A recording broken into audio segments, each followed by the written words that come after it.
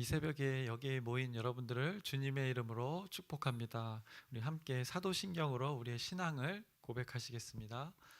전능하사 천지를 만드신 하나님 아버지를 내가 믿사오며 그 외아들 우리 주 예수 그리스도를 믿사오니 이는 성령으로 잉태하사 동정녀 마리에게 나시고 본디오 빌라도에게 고난을 받사 십자가에 못 박혀 죽으시고 장사한 지 사흘 만에 죽은 자 가운데서 다시 살아나시며 하늘에 오르사 전능하신 하나님 우편에 앉아 계시다가 저리로서 산 자와 죽은 자를 심판하러 오시리라. 성령을 믿사오며 거룩한 교회와 성도가 서로 교통하는 것과 죄를 사여 주시는 것과 몸이 다시 사는 것과 영원히 사는 것을 믿사옵나이다. 아멘. 하나님 아버지, 오늘 비가 오는 가운데도 이곳을 향하게 하시고 하나님 앞에 마음을 두게 해주심을 감사합니다. 앞으로 비가 많이 올 텐데 그 가운데 각종 사고 없이 우리들을 보호하여 주시옵시고 이 비를 잘 지나가게 하여 주시옵소서. 이 시간을 잘 견디며 또 하나님의 말씀 안에서 잘 거하는 우리의 삶이 될 수 있도록 인도하여 주시옵소서. 예수님의 이름으로 기도드렸습니다. 아멘. 함께 찬송가 412장 찬양하시겠습니다. 새 찬송가는 412장, 통일 찬송가는 469장입니다.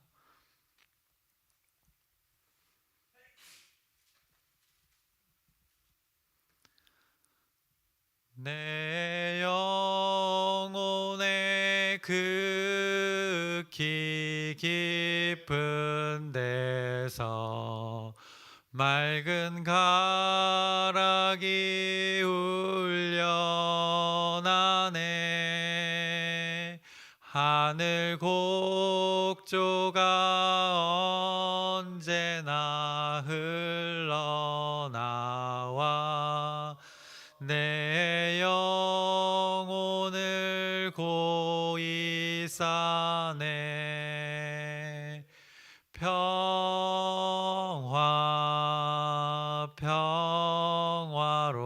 평화로다. 하늘 위에서 내려오네. 그 사랑의 물결이 영원토록 내 영혼을 덮으소서.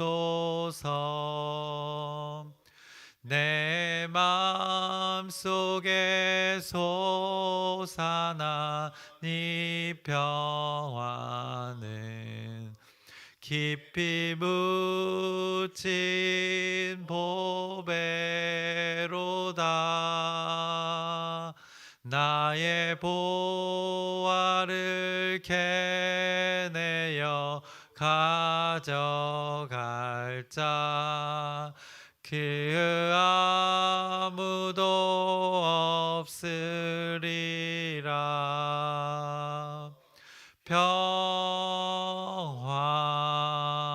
평화로다. 하늘 위에서 내려오네. 그 사랑의 물결이 영원토록 내 영혼을 덮으소서. 내 영혼의 평화가 넘쳐남은 주의 큰 복을 받음이라. 내가 주야로 주님과 함께 있어 내 영혼이 편히 쉬네.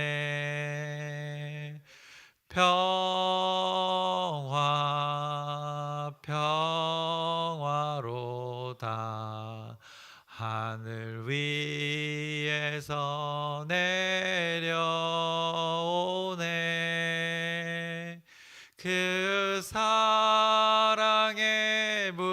물결이 영원토록 내 영혼을 덮으소서. 이 땅 위에 험한 길 가는 동안 참된 평화가 어디 있나. 우리 모두 다 예수를 친구 삼아 참 평화를 누리겠네. 평화 평화로다. 하늘 위에서 내려오네. 그 사랑의 물결이 영원토록 내 영혼을 덮으소서. 아멘. 오늘 함께 나누실 말씀은 신명기 25장입니다. 신명기 25장 말씀인데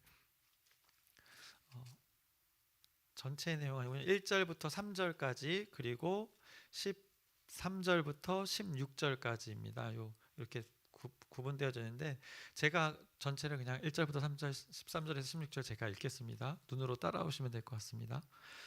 사람들 사이에 시비가 생겨 재판을 청하면 재판장은 그들을 재판하여 의인은 의롭다고 악인은 정죄할 것이며 악인에게 태형이 합당하면 재판장은 그를 엎드리게 하고 그 앞에서 그의 죄에 따라 수를 맞추어 때리게 하라. 40까지는 때리려니와 그것을 넘기지 못할지니 만일 그것을 넘겨 매를 지나치게 때리면 내가 내 형제를 경히 여기는 것이 될까 하노라. 뒤로 13절입니다.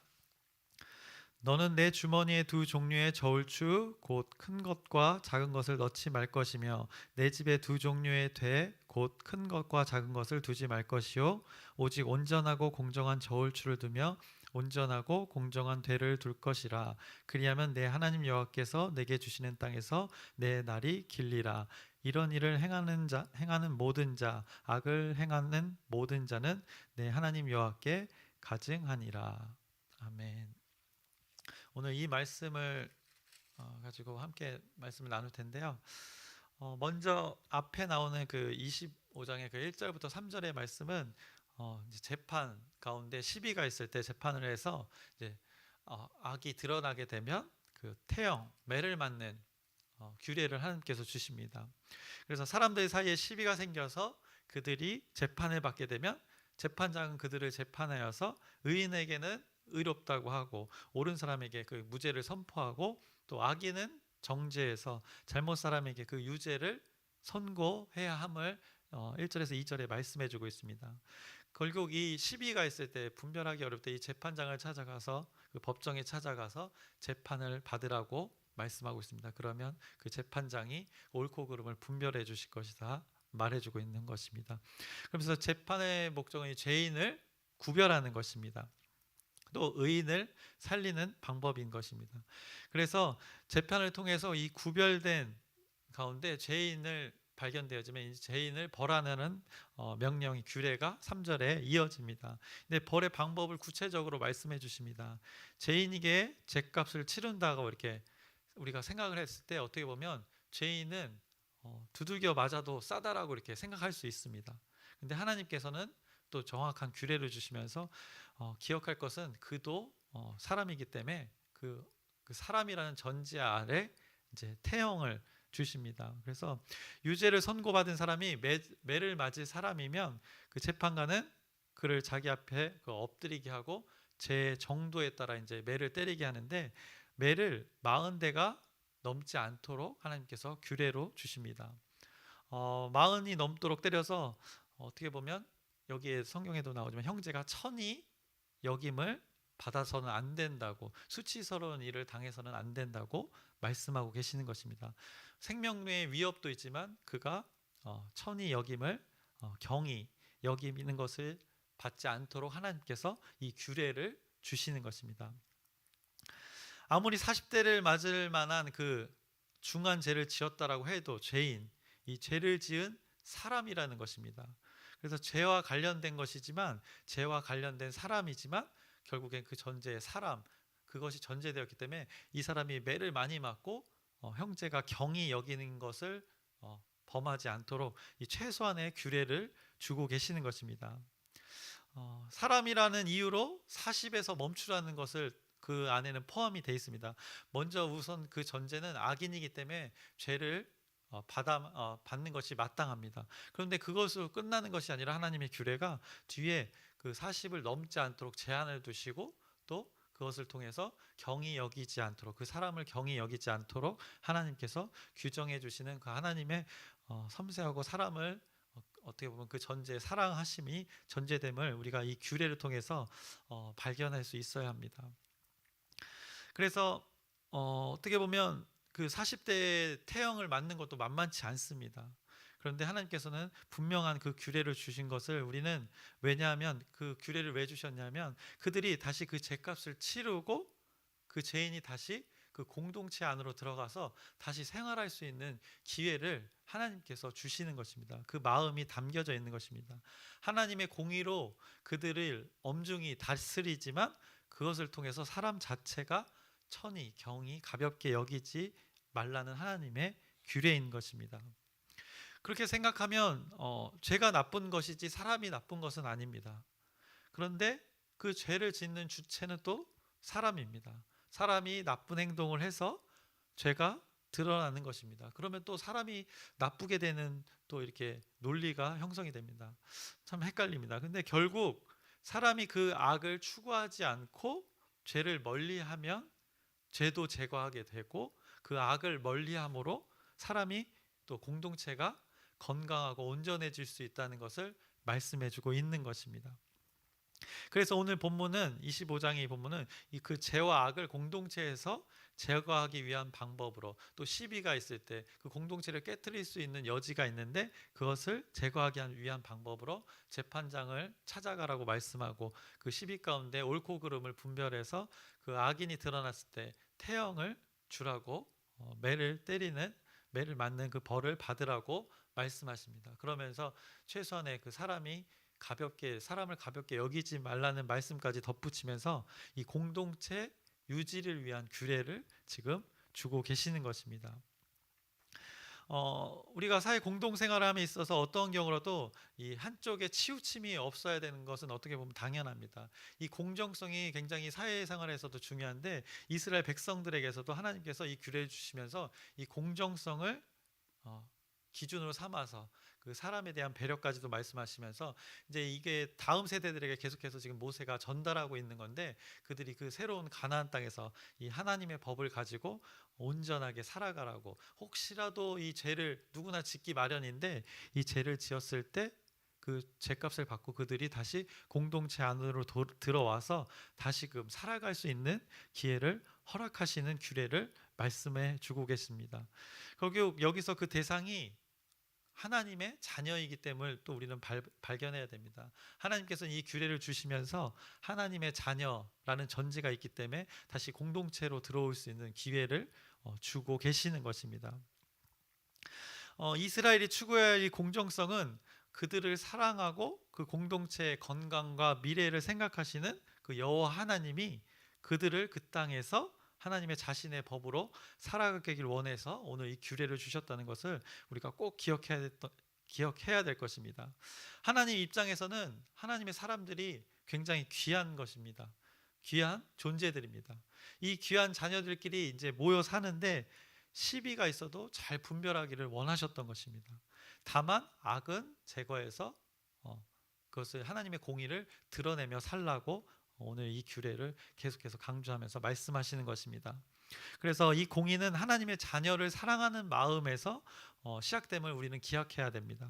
그 사랑의 전제가 공의로 나타나서 이 공동체 전체를 유지하게 될 수 있다는 것을 하나님께서 이 내용에 담겨져서 이스라엘 백성들에게 또 우리에게 전달해 주고 계시는 것입니다.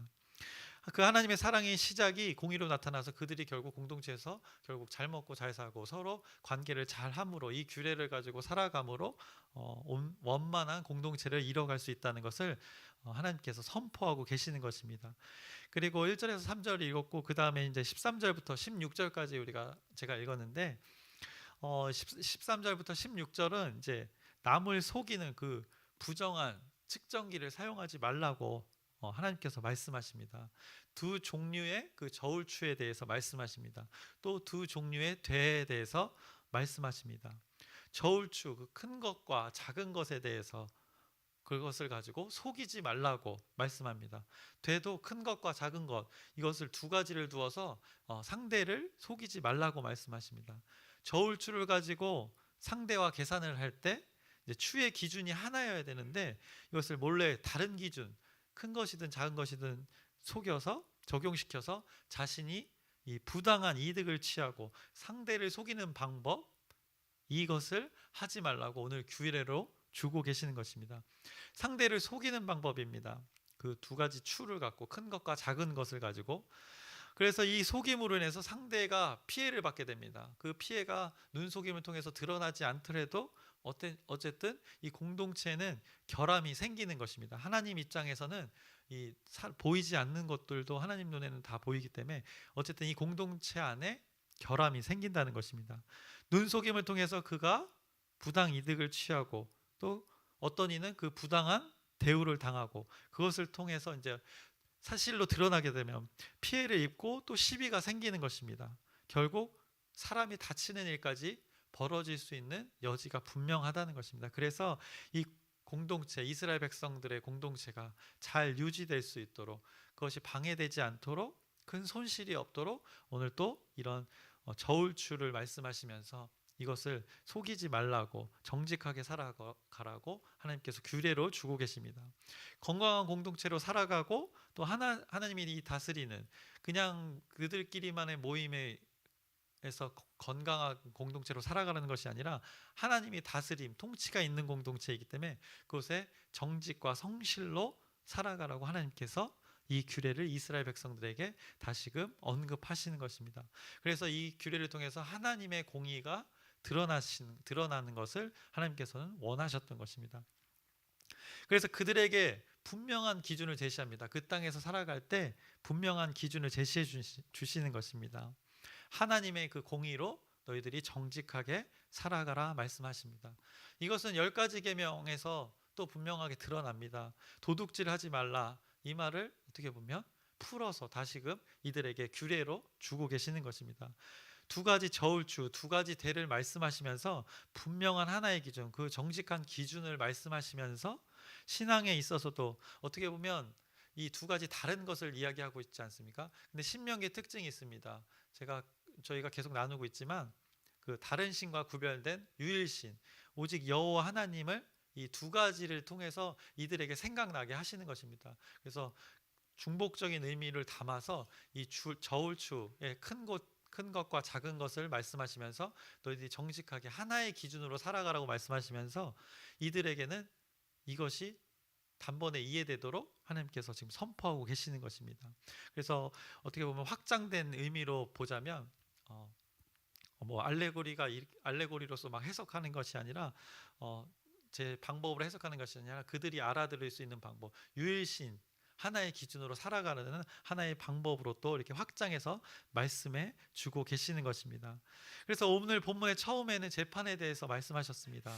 시비를 통해서 재판을 받아 분별하고 또 그 무죄와 유죄를 구분하라고 했습니다. 근데 구분하되 죄에 대해서는 징계를 하고 죄 지은 자가 죄를 뉘우칠 만한 그 벌을 받게 하고 최소한의 벌을 받게 하고 다시 공동체로 살아갈 것을 말씀하십니다.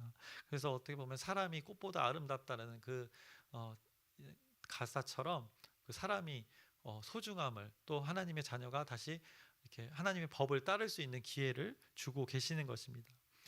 악은 미워하되 사람은 미워하지 말라는 그 의미도 담겨져 있는 것입니다. 다만 공동체 전체를 위해서는 사람은 귀합니다. 그러나 이 죄는 제거해야 됨을 또 분명하게 말씀하고 계시는 것입니다. 또한 저울추를 말씀하시면서 공동체에 속한 이들이 서로 정직하여서 상대의 것을 도둑질 말아야 함을 반복해서 또 규례로 주십니다. 저울추로 상대를 속여서 이들 취하는 것은 어떻게 보면 강제 힘으로 취하는 것보다 어떻게 보면 더 심각한 공동체의 파괴를 올 수 있습니다. 강제로 힘으로 그 상대로부터 취하는 것은 눈에 보이게 됩니다. 그러나 이 저울추를 두 개를 두어서 상대를 속이고 저지르는 것, 이 은밀한 것들, 은밀한 죄에 대해서도 언급하고 계시는 것입니다. 이것은 공동체 전체를 어떻게 보면 좀먹을 수 있다는 것입니다. 눈에 드러난 것은 빨리 대처해서 제거할 수 있습니다. 그런데 이런 눈속임을 통한 눈에 보이지 않는 은밀한 것들은 그들 공동체에 있을 때 곪고 곪아서 어느 순간에 이 치명적인 결과를 가져오기 때문입니다. 이것을 다 아신 하나님께서 그들에게 분명한 10가지 계명을 선포하셨고, 그것을 가지고 오늘 그들의 실정에 맞게 자세하게 풀어서 이제 규례로 25장에 말씀하고 계시는 것입니다. 결국 이 하나님의 말씀의 규례를 통해서 이것을 공동체에서 유지한다면 그분의 말씀에 순종함으로 공동체가 건강할 것이며, 또 그분의 말씀에 따름으로 그 말씀의 주체자인 여호와 하나님을 경외하는 결과를 그들이 맞이하게 될 것입니다. 그래서 부당한 재판이 없도록 정당한 재판을 하고 죄인과 악인을 구별하고 죄를 밝히고, 뒤에 공정한 추에 대해서도 말씀합니다. 이것들을 왜 25장에서 이렇게 언급하는 것일까요? 아까도 말씀드렸지만 다음 세대들에게 그들이 그 땅에서 이렇게 살아야 됨을 기준점을 분명하게 제시해 주시는 것입니다. 그래서 재판을 통한 악을 제거하고 공동체 유지를 위한 것을 이렇게나 강조하고 계시는 것입니다. 우리가 여기서 생각할 것은 죄를 안 짓는 자가 없습니다. 악을 제거하라고 보통 이렇게 말씀을 우리가 들으면 우리는 악이 어디 있는지 그것을 제거하려고 찾게 됩니다. 근데 본능적으로 우리는 그것을 우리 외부에서 찾게 됩니다. 눈에 보이는 행동들을 이렇게 먼저 찾게 되는 것입니다. 우리한테 이것을 적용해 봤을 때 악을 제거하라는 말씀이 우리에게 선포되면 우리는 이제 악을 제거해야 되니까 이것을 이제 눈을 돌려서 행동을 찾게 됩니다. 그런데 그것을 상대로부터 찾는 경우가 굉장히 종종 있습니다.